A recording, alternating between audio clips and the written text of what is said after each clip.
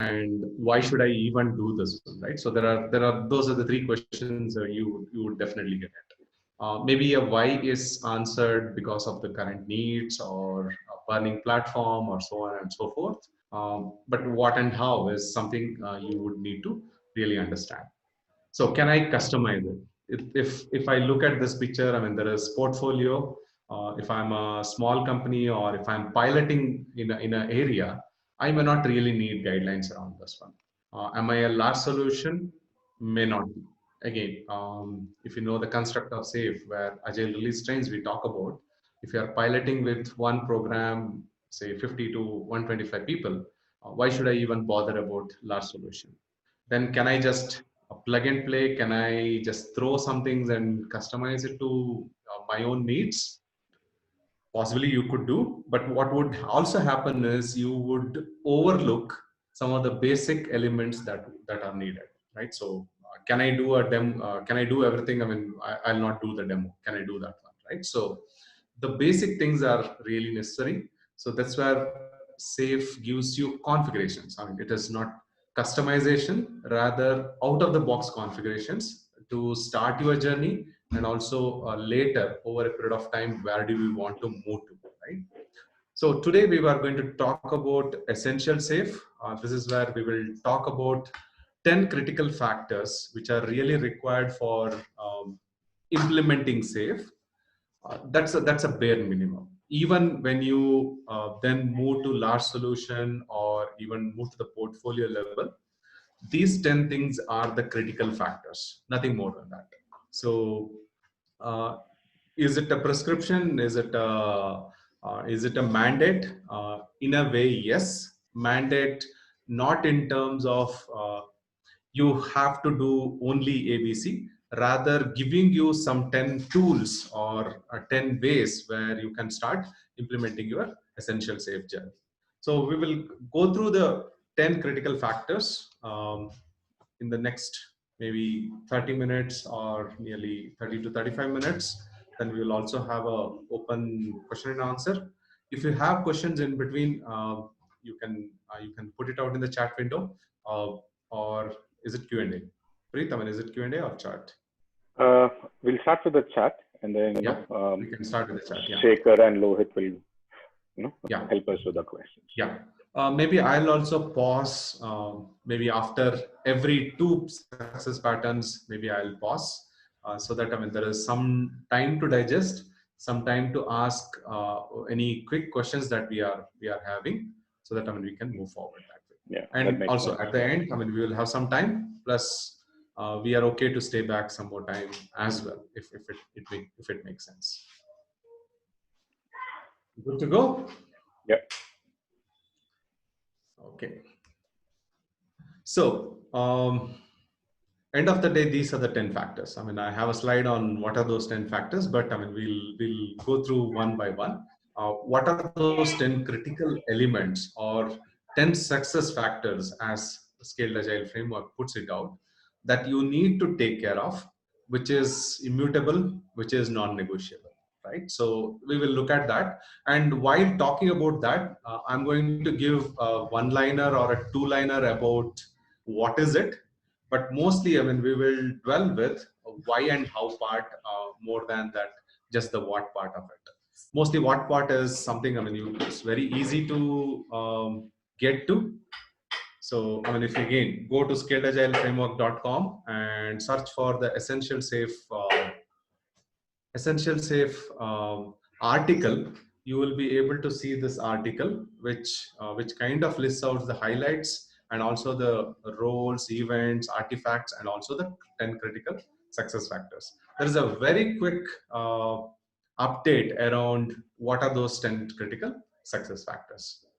So we will talk about that, but we'll also spend a lot of time around why and how part of it.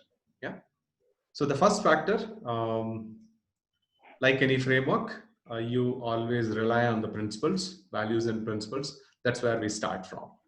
These are the immutable things on which things are built upon. If I look at SAFe's Lean Agile principles, there are 10 of them. Again, scaleagileframework.com is a good way to go through that one. You can also click on this SAFe principles. 8 of those principles are taken from a book called Principles of Product Development Flow by Don Renstein, where he talks about what are those principles, lean principles, which will help you in the product development paradigm as well, not just the manufacturing world, even the software or a pure play product development world as well. Very nice book, very how many? So 250 pages, but you would need a year to read and digest those 250 pages. I mean, trust me on that one. But end of the day, these are the principles, core of those values and principles that we want to adhere to, right? So this is where we talk about taking an economic view, set-based designs, delivering incrementally, using PDCA cycles, having WIP limits, decentralizing the decision making, organizing ourselves around the value, so on and so forth, right? So these are the principles that we base ourselves upon. The second factor, success factor, we talk about is agile teams and trains. Again, you would not see a word development team here, rather agile team. Idea is we are talking about business agility. It may be just the development teams, or it might be more than that as well in a large organization.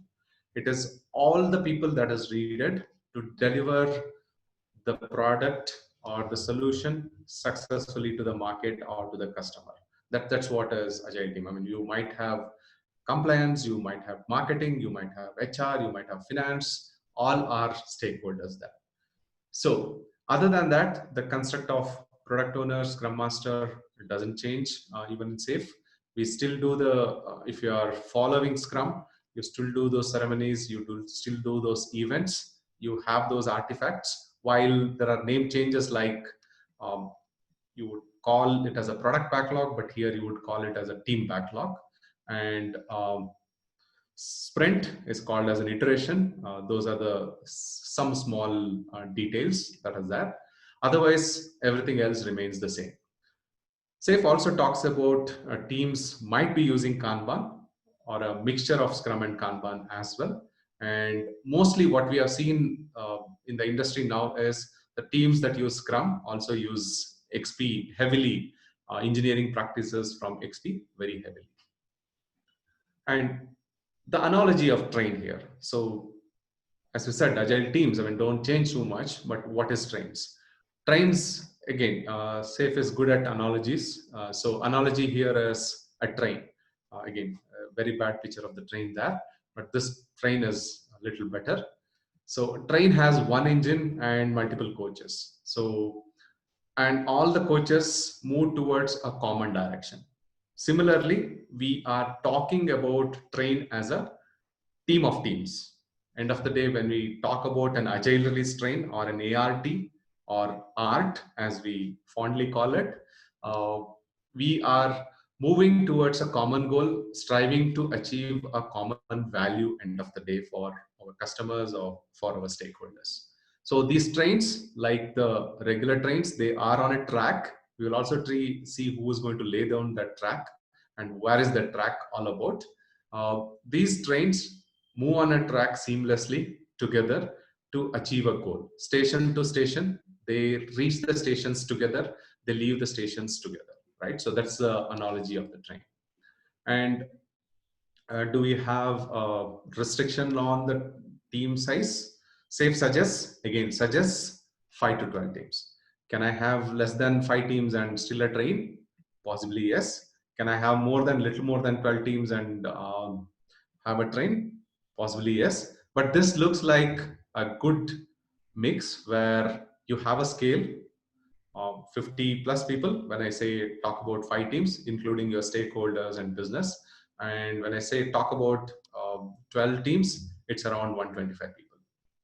Again, why that restriction of 125 plus when we also talk about not more than 150, including your stakeholders and your shared services teams, if at all. So there's a small thought there. There's a number called Dunbar's number. He was a social scientist. He did some studies around the village size in Scotland, historical village sizes in Scotland. what he saw was it was always around 150 people. Village size was around 150 people. The moment a village size became more than 150, either they became two villages or they fought among themselves and killed some of them and made sure that they stayed within that 150 number, right? And he did some studies, and finally he came up with his own thesis or a theorem or whatever you might want to call it, where he says that group size is particular to an animal. If it is humans, it's 150. His number was in fact 148. If it is humans, it's 148. If it is other animals, you have a different group sizes. He said, I mean, these are the people or animal group or a standard size. They care for a common goal, and they can collaborate together for a common goal, and they can thrive together. So that's a safe number, SAFE, all small, safe number for an agile release train as well for you. Yeah. And we do see when we scale up, we would need a backlog. So this is where your program backlog comes in, which contains all the features. Again, feature is an industry standard term, which is understandable mostly by the marketing and the salespeople, and also people like features. So features is the nomenclature for something that is there in the program backlog, and that becomes the responsibility of the product manager to take care of it. Product manager becomes the content authority for the program backlog, and product owners, who are an extended part of the product management team, they work with the product management team, product manager, to break down those features into stories or whatever format that you have at a team level, and you get that into the team backlog. Yeah. So I'll stop here for a while. So we talked about Lean Agile principles and trains and teams.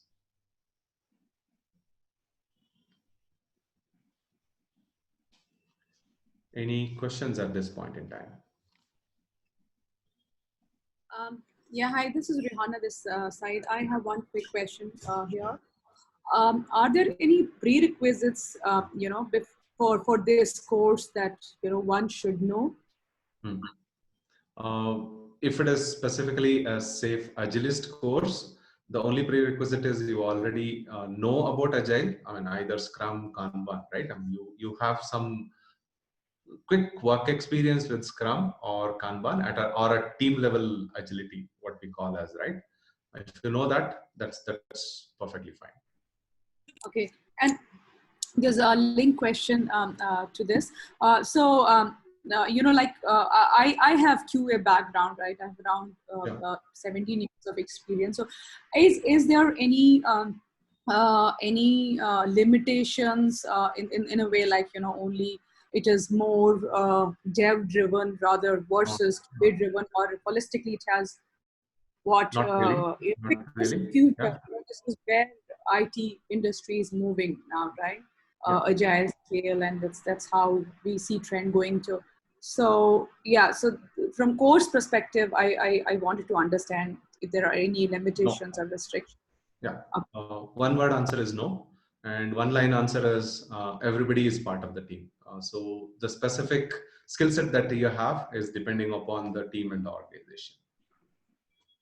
Right. Okay. So even in Scrum, we don't differentiate anyone, right? So we say development team. Development team doesn't mean only people who can code, but who contribute to the development of that product or solution. Yeah, fair enough. Thanks. Yeah. Thank you. Yes, So, this is Bharat. I just have one quick question. Sure. In SAFe, how do we realize where the teams use the XP practices and Kanban? From outside, it all looks like they're all individual Scrum teams working towards a common goal. Yeah. When we are part of a agile release train, but how do you realize the value of Kanban and XP here?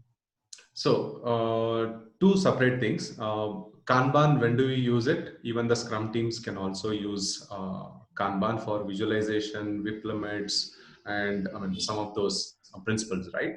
But if you think about a maintenance team or an operations team where you really don't have a backlog as such, but there is a continuous flow, you use Kanban. XP is mainly used for engineering practices. I mean, when you talk about TDD, when you talk about continuous integration, when you talk about pair programming, right? So you talk about XP. Again, SAFe is not saying you have to use all of Scrum plus XP plus Kanban. Depends on your context. This is what you have on your plate, right? You choose what is really valid for you or worthwhile for you. Ashwini, what about the shared resources like dev and ops and all these people? Are they also part of the team? Yes, I mean, why not? Yeah, DevOps is not a team. But generally they are. But generally they are shared, right? So you can't have, in each team all these roles. Yeah. Shared services again. Shared services also is a part of your right side pane. If you look at the Scaled Agile Framework picture, you have the. I mean, if you look at the full SAFe, I mean, you also have the shared services as part of your pane. They are also part of the train. They do participate in all release train level events. Okay. But they're not part of the agile team, is what you're saying. Yes, exactly. Yeah. Again, those few of the things, I mean, becomes very context specific. So if I'm doing only web development, I mean, it's only developers and testers and so on and so forth. But say if you are developing hardware plus software, I mean, you really don't have, I mean, only developers there, right? I mean, you have hardware engineers, you have firmware engineers as well in the mix. I have a question here. Excuse me. So just a quick time check. We are half an hour into the session and we have only gone through the 2 points. Jawahar, is it okay if you could just send your question to one of us and we pick it up towards the end? Yeah. Okay. Thanks. Thank you. Thanks, Preet, for the time check. Yeah. So we can keep on talking forever, right? So yeah. So I'll be a little quicker. And so third one is cadence and synchronization. So what we are basically talking about here is, think about 3 teams which have to work together. One is starting on a Monday and finishing on alternative Friday. Another one is starting on a Wednesday, finishing it up on alternative Tuesdays. They both have a cadence or a rhythm of 2 weeks. And the third team says, okay, we are somewhat different and we have a 3-week cadence and start on a Monday and finish on every other third Friday. So you do have a rhythm for everyone, but synchronization is missing. You can't run as a train then. So the SAFe, what says is, you start on the same day, end on the same day. This is where you see that all these small pillars in the framework. So again, I'm taking here as a 2 week as an example. If it is 2 weeks, everybody starts on the same day, ends on the same day. So there is a cadence or a rhythm for the team. At the same time, they are synchronized, and hence there is a cadence for your program increment as well, or the release cycle as well, so to say. So again, this cadence, the team level cadence can be 2 weeks, 3 weeks, whatever is good for you. At the same time, the train cadence or the release trains PI or the program increment cadence is typically 8 to 12 weeks. In the picture, what we see is all 10-week window. Yeah. And what starts this cadence and how do we synchronize? How do we move forward? This is where your PI planning comes in. PI planning or the program increment planning. So this 10 weeks is called as a program increment. Program is incremented by 1. So this PI planning sets the tone for your PI or the program increment or for the train to move. PI planning is a 2-day event, which is called as a heartbeat for an agile release train. That's the very, very important event in the agile release train's journey. So you start with the PI planning, then run for the 10 weeks, 8 weeks, 10 weeks, or 12 weeks. And at the end of it, you will have, in the last iteration or the last sprint, you will have the PI planning for the next PI. So there is a cadence set as well for these events as well. So you could possibly set your calendar for the next 6 months, next 1 year as well, saying that, okay, if every 10 weeks I'm doing the PI or the program increment, these are the dates when I have a PA planning. So upfront, you can plan for this PA planning event. Ideally, a PA planning is a face-to-face event.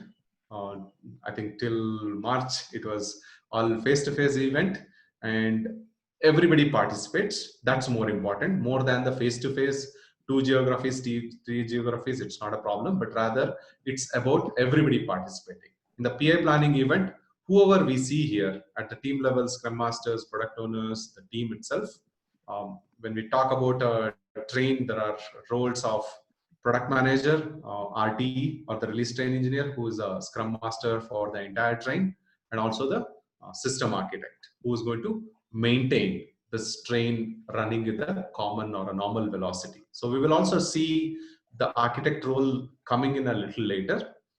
So PA planning is an event where everybody participates. It's not just some of them, it's not just SMEs, it's not just the product managers, rather it's everybody participating in the PA planning.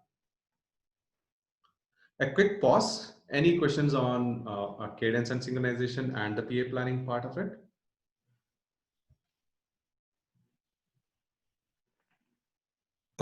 Sorry, I was on mute. How is this program increment kind of a goal decided? Because that could be a tricky one, like within that particular time box of the increment you've got, to have some tangible increment. What happens behind the scenes to kind of get some valuable of Yeah, this is where, in the safe implementation roadmap, even before you launch the train, you understand what are the value streams, which are the agile release trains we are going to pilot out, right?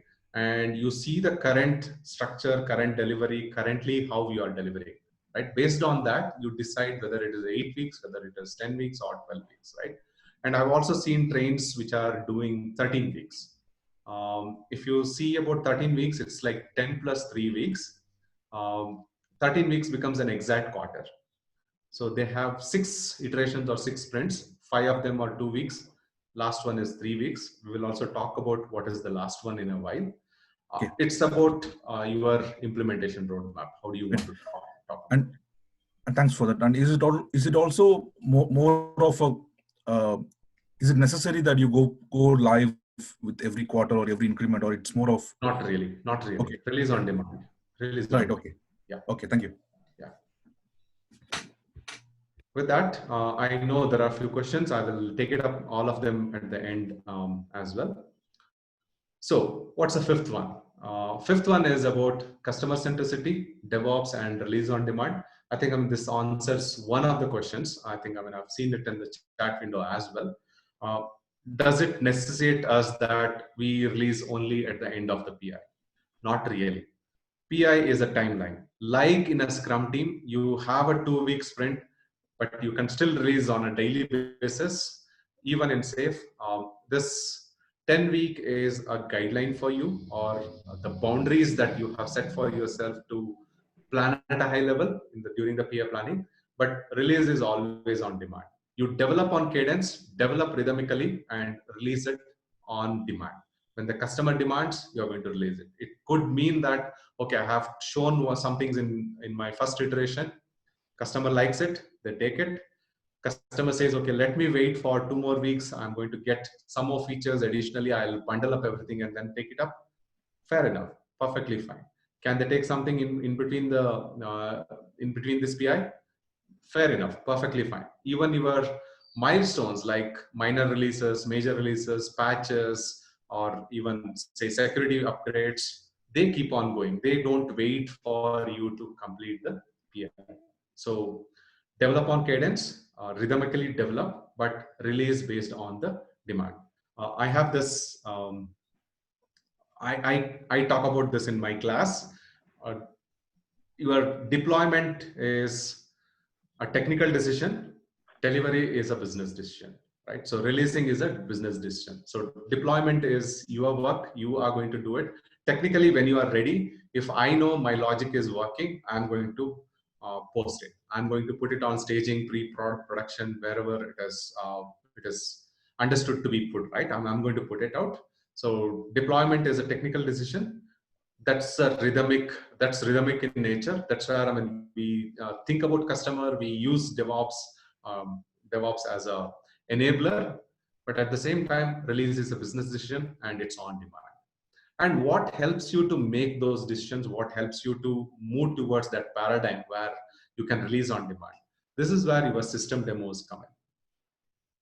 So like the Teams demo every 2 weeks, I'm just taking a simple example of, okay, I'm Team A, I have finished my search feature.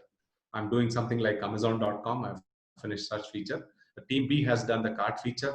Team C maybe has done the paying by credit card feature. Ashwini, you're not audible. Or is it just me?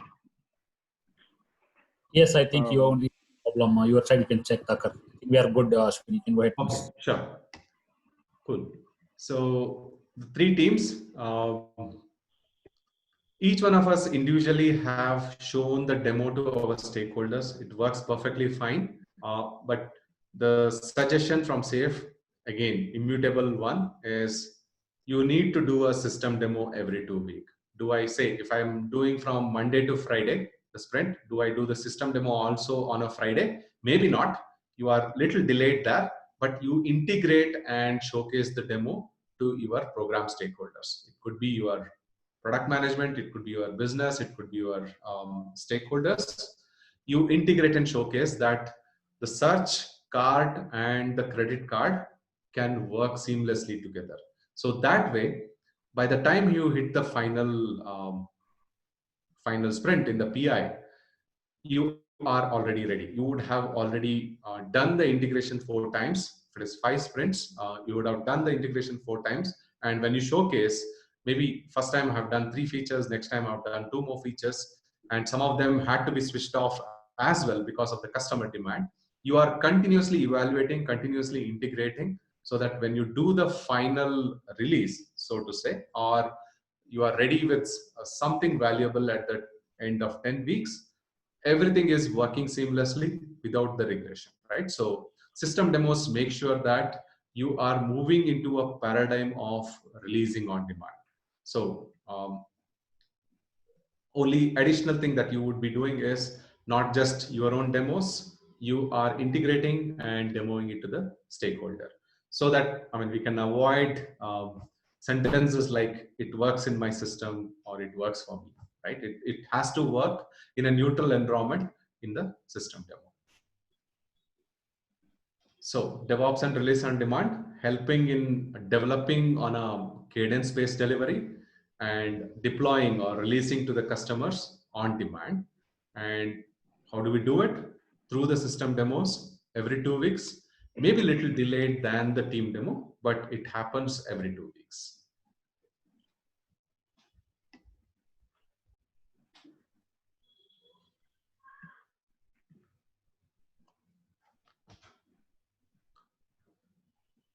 Okay. 7th one, with that, I mean, we come to another event on the train, which is not every 2 weeks, rather it's once in 10 weeks, like the PI planning that happens once in 8 to 12 weeks. Inspect and adopt is an event that happens once in 8 to 12 weeks, depending on, I mean, what is your cadence. Inspect and adopt is something similar to the retrospective at the team level. Here, idea is to showcase or do the demo of the complete system here. Then look at the metrics, look at the measurements, look at our business value delivery, business value predictability rather, and also looking at, are there any problems that we need to solve? A problem solving workshop also is part of a inspect and adopt. This is qualitative and quantitative both, in terms of looking at the numbers, looking at our team and the train health and the metrics, plus also looking at what were the bottlenecks that we faced in the last, say, 10 weeks. So what do we need to solve? This is where SAFe suggests around using not trying to solve the symptoms, rather getting into a root cause of your problems. This is where when you use fishbone diagrams, 5-why analysis, Pareto to come up with what is that 80% issues that are cropping up because of the 20% problems that we have in our place, right? So this is where, I mean, inspect and adopt sets you into a ever improving journey. So inspect and adapt event usually happens or always happens before the PA planning. In the last sprint, if I'm talking about this last sprint, inspect and adapt happens for a half a day. Then after that, you will have a PA planning happening for the 2 full days. So like in Scrum or any other agile methodologies that we do a retrospective, we take up the good things or we understand, I mean, what are the things that are not working for us, try to improve. Similarly, inspect and adapt is an event where we look at what is working, what is not working, what can we improve. So that we can take up those improvement items in the next planning itself, which happens to be the PA planning event. Eighth one is about IP iteration. Again, PI is program increment, IP is innovation and planning. If you see this big picture, we see that the first 4 sprints look busy. The last sprint looks like, I mean, there is only something written, IP iteration. IP is innovation and planning. This is the time for the teams to think about innovation, think about what is coming up next, so that if there are features, if I'm given some features, a set of features, if the product management is ready with, can I go and look at those features? Can I try to break them into stories? I mean, the product owners are going to do that one. Can I help my product owners to break them into stories? Do I need a spike? Do I need to look at the code base? Do I need to improve the architecture? Do I need to put any, do I need to do a study, small study? Do I need to do a proof of concept, right? I mean, this kind of becomes a time for that.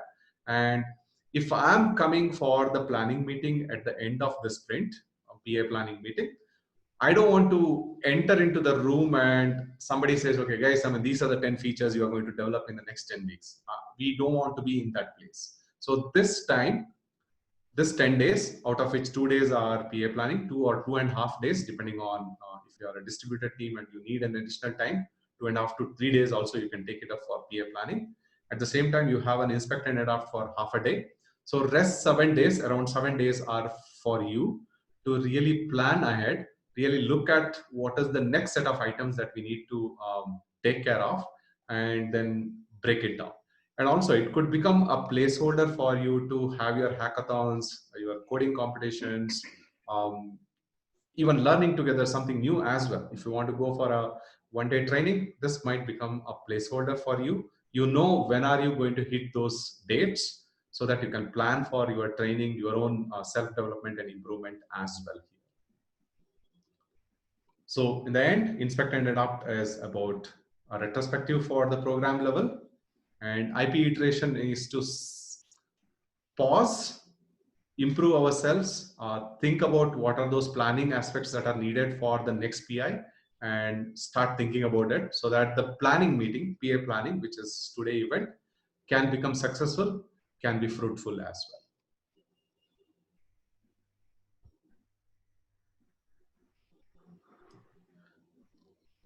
Any thoughts around inspect and adapt and IP iteration?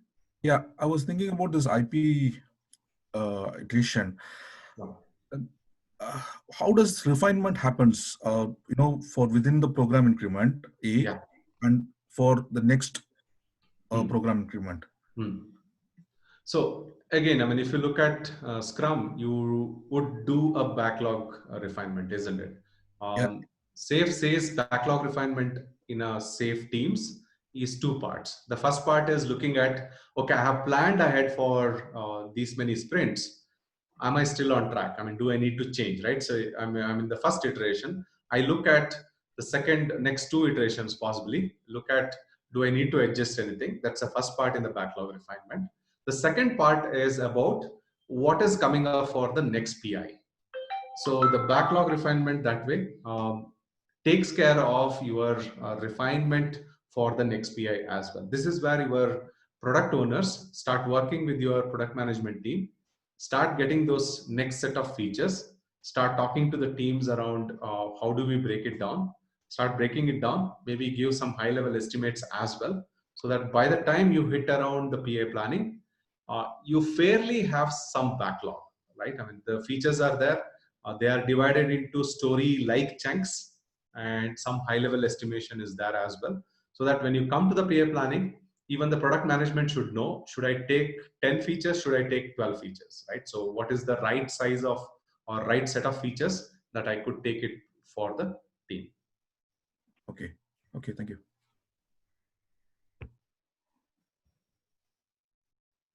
Last two factors.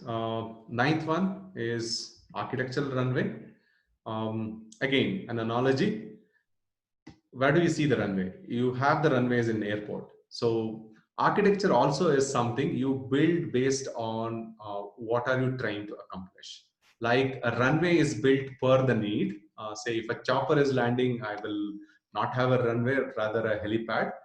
If there is a small plane coming and landing, maybe I'll have a 1 kilometer runway. If a A380 is coming and landing there, I need to have say 2.5 or 3 kilometers runway, right? So you build the runway with the thoughts that you have. I mean, where do you want to take it up? And like a planes come and land, your features come and land. And if you want to add more features, you have to be able to extend the runway. So it's something like this. So today I built the system. I say that 100 concurrent users. I would have my architecture built around that one. But also while building this runway or this architecture, I'll also look at the possibility of this 100 growing to say 200 or 1000 as well. I will have my own set of architectural patterns that I would implement. I mean, do I do it through design? Do I do it through infrastructure? Do I do it in any other way? Or am I going to take down the entire system and rebuild the system again? Depending on the context that you have, you build the architecture, your features come and land on that one. So architecture is like a runway. You build it. The second important point is you also maintain the runway, right? Even at an airport, you just don't build the runway and then forget about it. Rather, every day you will have to manage the runway. I mean, you'll have to see there are no potholes. You'll have to see there are no debris, so that next plane or the next feature can come and land seamlessly. So this is where the system architect is going to be of help to the team. Again, it's not a dictator. System architect is not a dictator, but rather a responsibility where this person, he or she works with the teams and takes their some percentage of their capacity to build and maintain this runway. So they take up the team's help to build and maintain the runway. So this also augurs well, because if there are 3 teams and each one is moving in their own direction, finally you will have a problem of integrating everything together and moving it together. So this is where the system architects come in. They help the teams to find out the right approach from an infrastructure perspective, from an architectural perspective, even from a compliance perspective as well. So they are the ones who are going to maintain this train to run seamlessly, run smoothly. And like a runway, as we said, architecture also is something, I mean, you maintain. Your technical spikes or enablers build the architectural runway. The features are going to consume that runway. Last part, but the most important one, Lean Agile leadership. So this is where, I mean, this is a core, one of the core competencies within SAFe. I mean, you can talk about all of this, but at the end of the day, the leadership is not thinking about lean and agile ways of working. They don't internalize their own ways, and they don't walk the talk. Nothing is going to work. So lean agile leadership becomes a foundational core competency, and also at the same time, a critical success factor for your agile release trying to be successful. Any thoughts on the 9th and 10th architectural runway? And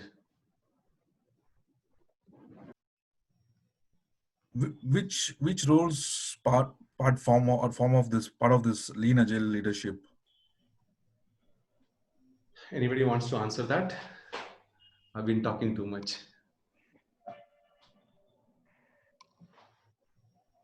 Basically, anybody who is leading the SAFe transformation in the organization Exactly. Even it could be even member also could be kind of a lean agile leader. Doesn't mean that only leadership has to be own this lean agile leadership principle. But at the same time, whoever has the pocket and the money, they are also part of it. So they're also part of everything.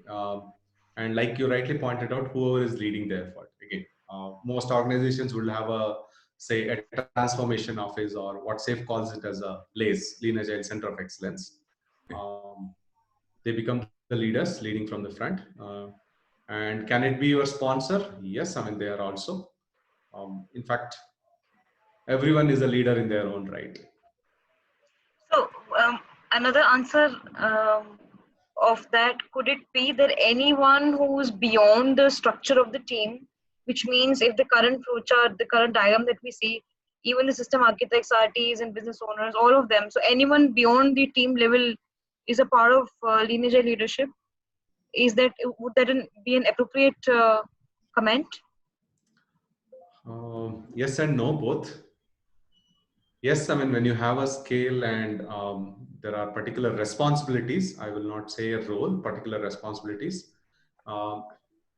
Know when you are talking about, say, a Scrum Master also is a leader in his own right. I mean, a developer also is a leader in his own right. End of the day, it's about really understanding and inculcating those values and principles. You are authentic. You have those have that emotional quotient as well. You understand you are a part of it. You understand the other's viewpoint, and you make sure that you have that empathy to take everyone together, right? Depending on the situation. Yeah, hi. This is Praveen Mukhedkar. Am I audible? Yeah. I think this is the typical question we are hearing nowadays. Am I audible? Am I audible? Can you see my screen? So yes, Lean Agile leadership. So I have some of my thoughts. So I have been practicing Scrum since 2005. I started it in British Telecom.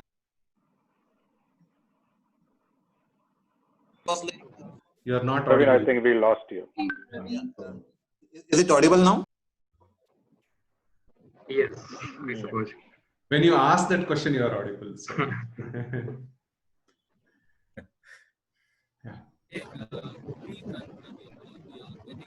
Okay. Meanwhile, I'll take up a few questions. Yeah. One question. Yeah, please. Lohit, you're trying to say something, but we are not able to hear you properly. Yeah. Okay. Lohit has pinged me the question he's trying to ask. Yeah. So what he's saying is, he's got a few questions on chat. Yeah, we'll go through them anyway. And he's clubbing similar ones. Yeah. And he's saying it's mostly addressed to me. Okay. Yeah. So he's saying the question goes something like this. Isn't SAFE really prescriptive in its nature, not just in process, but structure, right? It looks like it's waterfall in makeup. How do you justify SAFE calling yourself a pragmatic agilist? So somehow, Lohit, I think I know who's asked this question. Yeah. So again, I thought this entire discussion about the 10 points that Ashwini talked about was mostly from a process side of things, right? But then let me just take this question from a structural perspective, right? If you had to look at it, the structure that what I'm thinking that you're talking about is what you see towards the left end of your screen, which is the agile teams, and then you see product owner, then you see product management, those, right? So my take on this is, when you're actually working with huge complex products, let's say, for example, you are building an MRI machine, right? So now, if you were to scale the concept of Scrum to that level, yeah, wherein now you're talking about having 100+ people working to build the MRI machine. Let's take a look at it, right? So chances are, you would definitely see at a minimum 3 layers, right? You would definitely have your hardware, wherein you need to have a magnet, right, which is going to be the core of it. And then chances are you also need to have the software part of it, which is mostly about controlling all your hardware. Plus, you also need to have a visualization stuff. And then you would also have a layer in between, which is connecting your hardware with the software. Now, if you had to talk about one product owner across this entire area, now, do you think it really makes sense, right? Do you really think one person can understand the, the capabilities of the MATNet and what are the features, insights of the MATNet, and then can you really know about the software architecture and all of those stuff, right? So to come up and understand the entire thing, right? So this is where I'm thinking you can actually have product owners which are specialized, right, for each of these areas, but then you still have somebody who's taking care of the end product, right, the MRI. So you definitely know you have to have one person who is going to look at it from a systemic perspective, but then you can also get help from people who have different areas of expertise, right? So that's how I'm thinking the product owners can be many under that. And then you have the product management, right? And if it's the terminology, yeah, so this is the SAFe terminology, right? And I really don't think this is very different, right? Even if you were to look at less, when it says if you go beyond 8 teams, you talk about less huge. You still have a product owner and you also have area product owners working with him, right? So that way, if you are, because I know this is a comparison that came up, so I'm saying, no, it is not really. So rather than looking at SAFe as a prescriptive approach, let's look at what SAFe is helping us solve, right? It's huge, complex problems wherein you're talking about scale. And when I talk about scale, it's not just about the number of people, but it's also about the number of functional units that are going to come in, right? Building an MRI, chances are you don't have your own magnet making factory with you. You're going to work with a vendor, right? Is vendor coming under your organizational policies and structures? No, he is not. But then does that mean you will not work with him? No, you have to work with him, right? So how do you bring all of these things together is where I think SAFe is giving you a structure. Is it prescriptive? Yes, as Ashwini was saying, there are a few things, a few principles, a few rules which have to be abided by so that you get SAFe to be working, right? Yeah. It's the same even at the Scrum level, right? You also have rules there. You have time boxing rules. You also have saying like, can you not do an IP was one of those questions that we had, right? It's the same question as Scrum, right? At Scrum level, should we really do retrospective because I can use that time to build something more? No, but it's your inspect and adapt opportunity. So when you say prescriptive, again, it's not really something. What are you comparing it with? Prescriptive based on what, right? You cannot compare it with Scrum, right? Scrum, you're talking about 1 or maybe 2 or 3 teams, right? Up to 5 teams, and you start talking about either one of the scaling frameworks. It could be SAFe, it could be less, Nexus, Scrum of Scrums, anything, right? But then you're saying now you're trying to solve a problem at a different scale. So will you still use the same Scrum rules and say like, no, Scrum is less prescriptive? That's a comparison that I don't think is fair, right? If you're, let's say the requirement is for us to move from say point A to point B, and let's say it's I want to take my family, but Ashwini is also joining me with his family, and then we say okay, let's hire a van, right? Then somebody can come and tell me why van? Take a Ferrari, it is much faster. Yeah, it could be, right? And it says no, it's just 2 people, so you just need to drive and go. Van, you have to have a driver, and you might have to tell him the route and all that stuff. Yes, but then the requirement is so many people moving together, right? So the problems that we are talking about is also slightly different. So based on that is how it is being done in a particular way, which is the SAFe way of doing things, right? So should we really compare Scrum or Kanban with SAFe? I don't think that's the right comparison. But then if you want to, I don't know why we are comparing in the first place, but then if you still have to compare, like look at the scaling frameworks, right? SAFe and less. So if you really start looking at it, SAFe, we talk about saying, let's align around the value. Right? Don't you see the same principles in less, right? We talk about, customer focus. Don't you see it in less? That's again the same part in there. So we are trying to address a slightly different problem, which is primarily about scale, which is about bringing many different teams, many different skill sets together, for which this is one structure that needs to be followed. Yeah. So I think that's how I would look at the thing about, I don't really think it's waterfall with makeup on. Yeah. And also, just to add to your point, Preet, again, in SAFE, I mean, we have a new book called Accelerate from John Kotter. What he talks about is every company starts as a network, a small set of individuals, and over a period of time, they build a structure for organizational efficiency and operational efficiencies, right? So what happens is mostly your speed of delivery or speed of innovation gets killed by this hierarchy. At the same time, I mean, the hierarchy is bringing efficiency in different parts of the organization, but at the same time, it also kind of kills your innovation spirit, right? So that's where he also says it's not that you do away with one or the other. They say 1,000 people cannot become a network. That's not easy. But what he says is introduce a second operating system in between, where he says it's a dual operating system which helps you to bridge the gap between this network and the hierarchy that you have. So again, if you think about a SAFE, again, the left-hand side talks about this hierarchy. How do we make sure that the responsibilities are at the right, with the right people?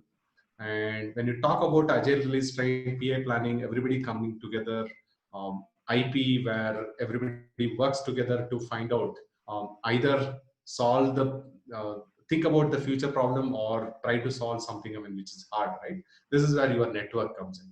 So SAFE gives you that operating system or in between layer, which kind of helps you to get the best of both worlds. Yeah, because I had read somebody's signature. It says, no, if 95% of all startups fail, why would an enterprise want to become a startup? Yeah. Right. So I think, as you rightly said, it's the best of both worlds. No? Yeah. You really need to be nimble. At the same time, you really need some kind of a structure to traverse the kind of problems that we are trying to solve at this level. Yeah.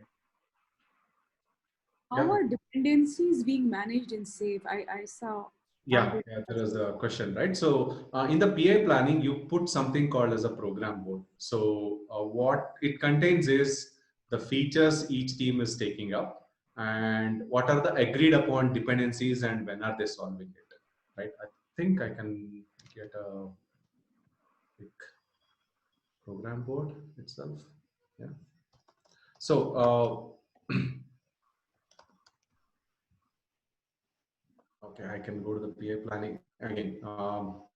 I think, I mean, somebody asked this question also in between, why SAFE courses are costly.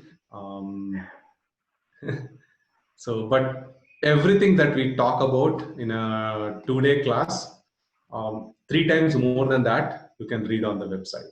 If it is knowledge is your interest, you can always do that one. We put something like this, a board which has the features, which team is developing, when they are delivering it, when they plan to or commit to deliver it, and what are the dependencies they have against across the teams.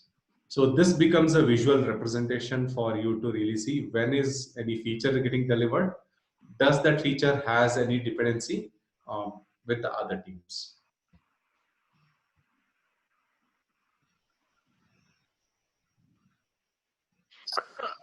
Is there any sequence for synchronizing these teams? 1 week, 2 weeks, or come together, or looking at this board? Is there a kind of meeting? Once you do the PA planning, till the next PA planning, all the members of all the teams don't come together, but there are Scrum of Scrum meetings and a PO6 where the Scrum Masters of all the teams meet and the PO and the PM, the product owner and the product managers meet as well. These 2 meetings happen minimum 1 time per week. So within a sprint, within an iteration, these would happen 2 times minimum. Idea is to look at, are we moving in the right direction? Are we on track? Do we need to adjust anything?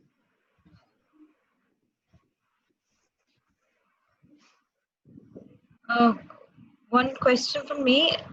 Does it appear strange to anyone else in the group here that business owners are not a part of the critical factors? If from at least how the picture shows. Why not? If you include them, so I don't see it in this picture at least. They are here. No, I mean not a part of those critical factors that you mentioned. Okay, they are part of every other event in SAFe. So the system demos, the PI planning, in fact, in the PI planning, they are going to give a business value for your objectives. So why do we not have, or is it implicit that are they covered in the real agile teams and trains aspect? I just find it strange that we don't have a indication in this picture to say that business owners are also critical factor. Otherwise, nothing exists actually. Yeah. Trains contains all these people. So okay, including even the customer also. So okay.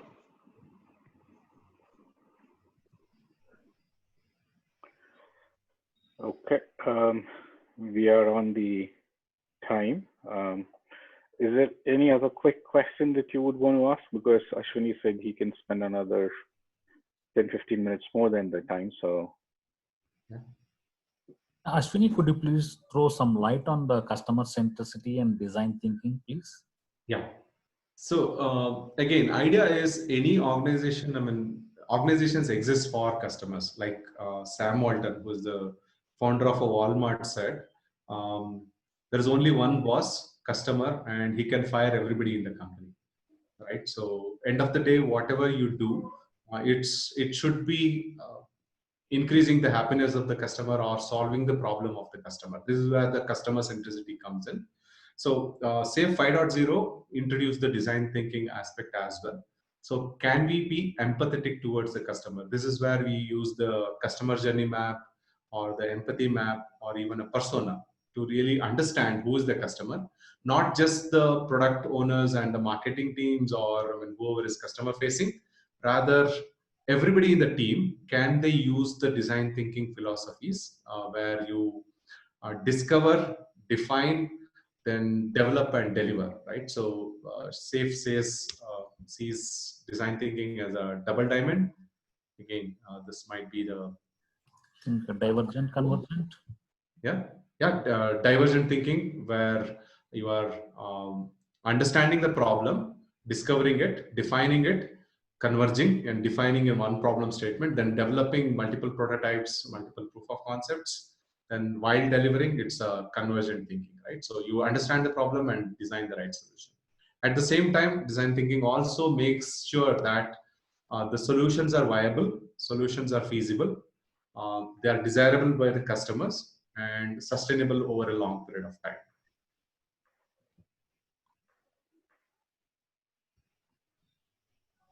Thanks, Ashwin. Thank you. Again, design thinking by itself is a bigger topic. You might also want to read about a company called IDEO, IDEO. They are one of the pioneers in design thinking. They designed the first mouse for Apple computer.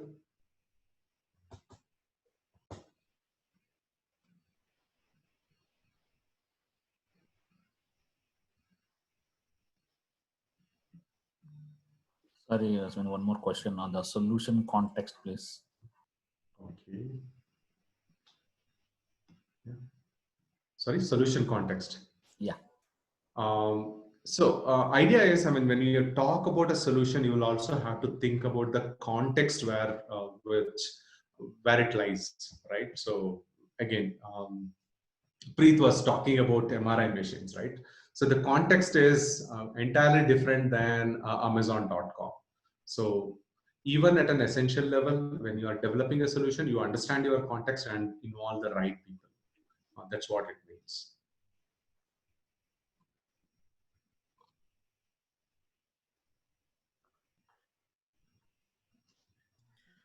Actually, when you have so many teams working towards a particular goal, in this train fashion, the basic principles of not comparing the teams.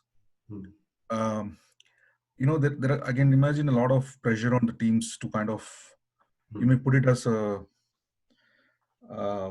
positive aspect that team might think they take it as competitive, but again, imagine at ground level, how do teams cope up with not taking pressure if some teams are kind of, how do you avoid comparisons basically in the whole spectrum? So another thing, I mean, that matters here is the PA planning. This is where, I mean, we ask everybody from the team to come and decide how do they want to do all these things. I mean, if you look at the program board and the dependencies, right? So this is where you say, okay, I am dependent on this team. I can only do this one by this time, right? So they have a say, they have a voice there. They can voice their opinions. And in fact, I mean, at the end of the PA planning, we also ask for vote from every individual. How do they, do they think this plan is feasible? Anyone can say, okay, this is not possible because of this reason. And that can stop the whole PA planning and get into a elaborated planning as well. Anybody can call out that way. Okay. And apart from the normal story sizing, when it comes to the feature backlog or program level backlog sizing for your roadmaps, or I'm sure some indicative sizing might happening. What all techniques are used there? Yeah, again, two ways of doing it practically. One is compare that one to a feature that is already delivered and say that, okay, this took my team, say 2 sprints. Maybe this also is going to take around the same time, right? So that could be one thing. Another thing is, this is where in the backlog refinements, when the features are given to the teams, they break it down to the stories and give some high level estimations. And typically product managers kind of add it up and say, okay, if this has around 10 stories and this is the points, this might be around 100 points, which is comparable to the something else that I have delivered, right? So they can put it under a roadmap saying that, okay, this is what my teams can take it up. Okay. Yeah. Thank you. Okay. Likewise, how we have like a product backlog refinement or the grooming session at the team level. Yeah. Is it something is going to be happening at the program level also, at the feature level, some techniques, some that sort of thing? See, I mean, the same backlog refinement exists in SAFe as well. What happens is, in a normal, say, if you are one team, you will do the refinement for the next 2 sprints. That's all, right? 1 or 2 sprints. In SAFe, what we say is, you do the refinement for the next few sprints which are within the PI. And the second part is, you also will do the refinement of the features which are upcoming for the next PI. So you take some time, some percentage of your effort into refining the next set of features as well, as and when it is available.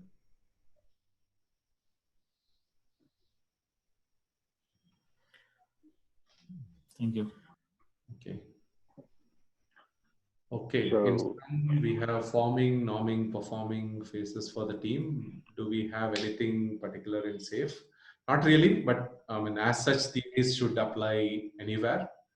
And also, interestingly, if you want to read about storming, forming, or whatever, that theory is not at all proved anywhere.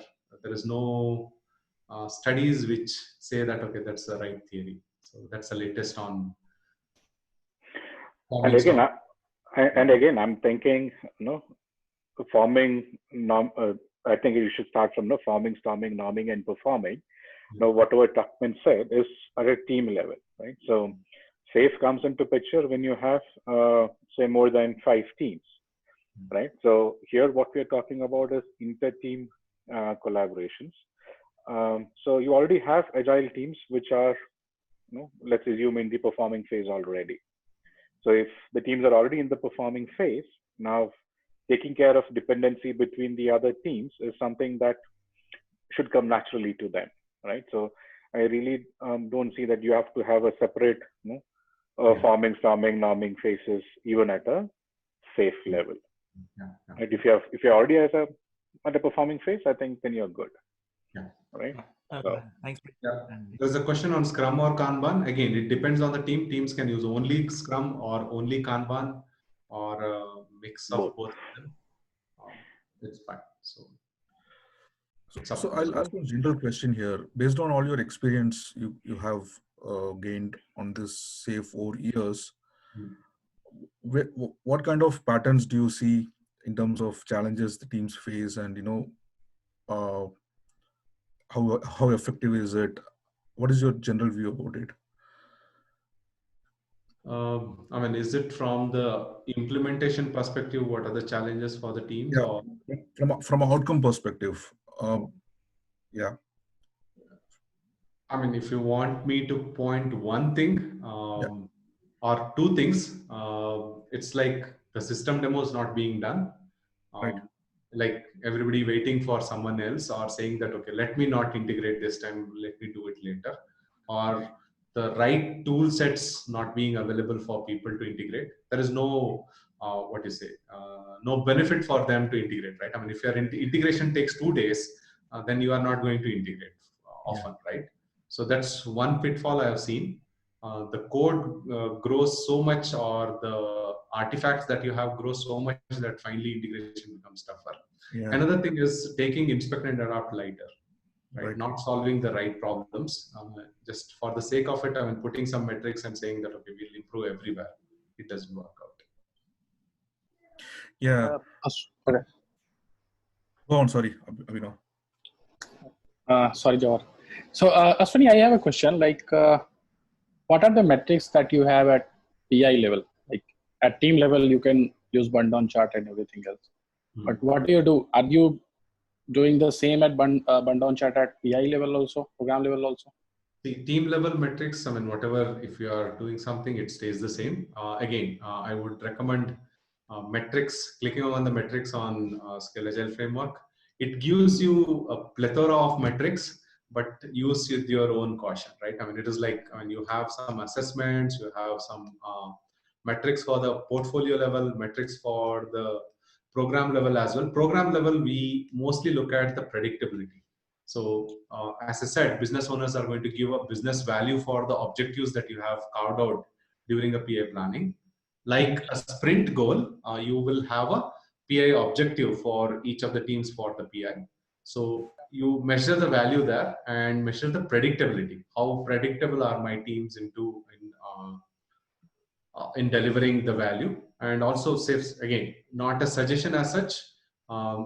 These are the few things, I mean, you can start with, right? I mean, like number of stories planned versus completed, your cumulative flow diagram to measure throughput, then some DevOps, how many deploys you have done, how many releases you have done versus deploys and releases per iteration, how is it going, right? So you have some thoughts there, and you also have some thoughts around the DevOps health radar as well. When you're exploring, integrating, deploying, what are the factors to take care? Yeah, Ashwini, I have one quick question here. Yeah. This shift from Agile to, Scale Agile, meaning a team on Agile moving on Scale Agile, is it a knowledge shift and mindset shift, or it is just the mindset shift which is required? Okay. So I hope you get the question, right? Yeah. See, for me, anything is moving from a fixed mindset to a growth mindset. Nothing more than that. See, because even when I do an essential, say if I pilot in one program, I'm going to learn a lot of things that work for me or doesn't work for me. So when I launch the next train, so to say, do I still do the same things that I have done during the first train? Not really, right? So anything is moving from, and I'll not use the word mindset because I mean it's mostly, I mean, too much abuse, but rather, I mean, we are moving towards a growth mindset where we see that there are so many other things possible. I need to try it out. I would say that. Yeah, so I actually was, this question was more from team formation perspective. You know, when you have to form a new team and then you have existing Agile, then you have something like Agile skill, program, and then are these teams fit to be put in there, or they need some to undergo some training or transformation or some knowledge journey, before they are put on scaled Agile. Yeah, I mean, that's exactly what safe implementation roadmap, if you look at it, at every juncture, they call out, okay, this could be the training you might have to go through. So if you are a PO or a product owner or a product manager, you go through the POPM course so that, I mean, you really know what is your role, what is your responsibility, whom are you are collaborating with, right? So there are 13 safe courses. So based on the role and responsibility that you carry out in an organization. Okay, knowledge. Okay. Yeah. But as such, knowledge for all the courses are as such available in the Scaled Agile website. I usually recommend you just to go through scaledagileparamework.com. You don't even need a login. There are customer stories based on the domain you work in. You could look at those things. There are resources on. There are a lot of white papers, books, and presentation and videos. And in fact, what I would also recommend you is Vimeo channel, Vimeo's Scaled Agile channel.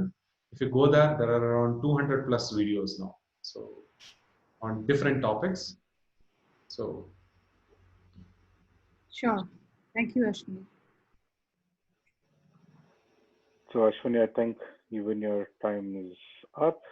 No problem. Yeah. So nice. Yeah, thank you, Ashwini. I think it was definitely a good discussion that you had. So for others, so thank you very much for your time. And we do look forward for your participation in the upcoming Safe Thursdays. All right. As I was saying at the beginning, Safe Thursday right now is just a meetup group. We do post it in our Agile Mania LinkedIn page and the Facebook page. Please look out. And also, we will send out a feedback form for the session. We request you to please fill it up and let us know what needs to be done. Yeah. Thank you very much. We'll talk to you guys soon. Thanks, Thank you. Thanks, everyone. Thank you. Bye. Bye.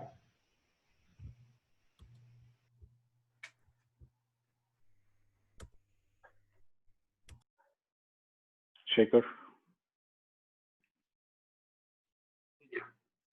Yeah, you can close the meeting.